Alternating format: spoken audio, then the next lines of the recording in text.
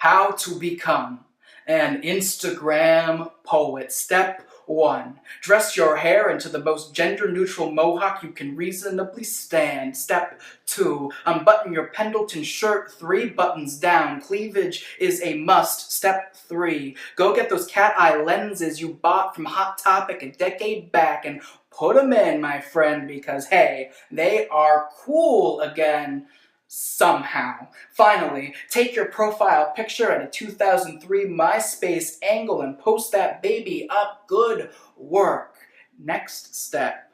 Invest in stock photos of sunsets. The more they culturally appropriate ancient ruins in Peru and Tibet, the better. Make sure the pictures have no watermarks. Make sure they are not your own work. Remember that much like the cat eye lenses, stealing intellectual property is back in style. Save the pictures in a folder called memes, LOL, and go drink half a mocha from the Starbucks down the road. Good work. You're getting there. Get back to work. Open up that knockoff Photoshop app on your MacBook Pro. Load up those sweet sunset pics and go straight to the Add Text tool. In the Add Text tool, write pithy lines, that's short lines, that are so abstract they could mean anything, but you know in your heart they probably mean nothing. But either way, make sure to use female pronouns every third word. Remember that good poetry is always about unrequited love and telling women that they should feel differently than they're currently feeling. Remember that telling women you are evaluating them based on their smiling is the best thing a poem can do. Be vague about your judgments. Remember that you are not a hater, you are an Instagram poet and you can do no wrong.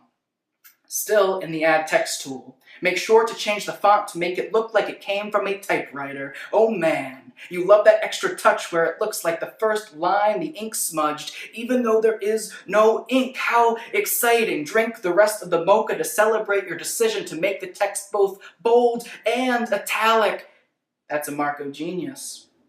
At the end of each poem, make sure to sign it with your pen name. Make sure that that pen name has multiple pronunciations, at least 2 throwaway initials, and at least 1 reference to E.E. Cummings, even though you've never read E.E. Cummings, but it's on your Goodreads list to read so people know you're serious about your E.E. Cummings references.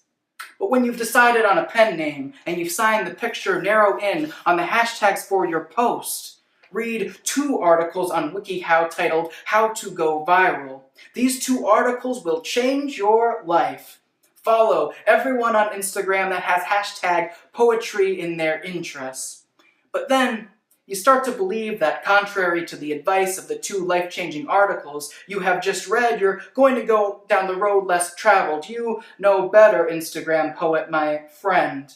Decide that you are only going to use obscure angsty hashtags like hashtag deep feeling and hashtag I wrote this for you to love me such a long time, because you are not a cuck or a sellout.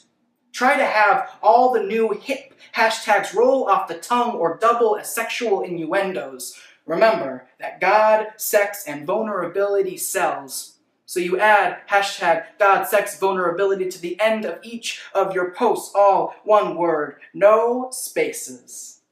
Keep your post description as relatable as possible. End with an open-ended hypothetical like, hey guys, isn't this what love feels like? Remember the 6 E's on feels. Hold your mouse over the post button. Oh man. Feel the totally real and heartfelt positivity you are about to unleash onto the world. You will be the Instagram saint in a moment as soon as you hit that button. Get ready for the Instagram blessings to commence. Let's rewind. Get ready for the Insta blessings to commence. You hit that post button. You watch that flame flood in. You watch that fame flood in as well. And then, almost out of habit, you retreat to your corner bookcase. You open that old high school yearbook and you trace the I told you so's in the ink of your former skin.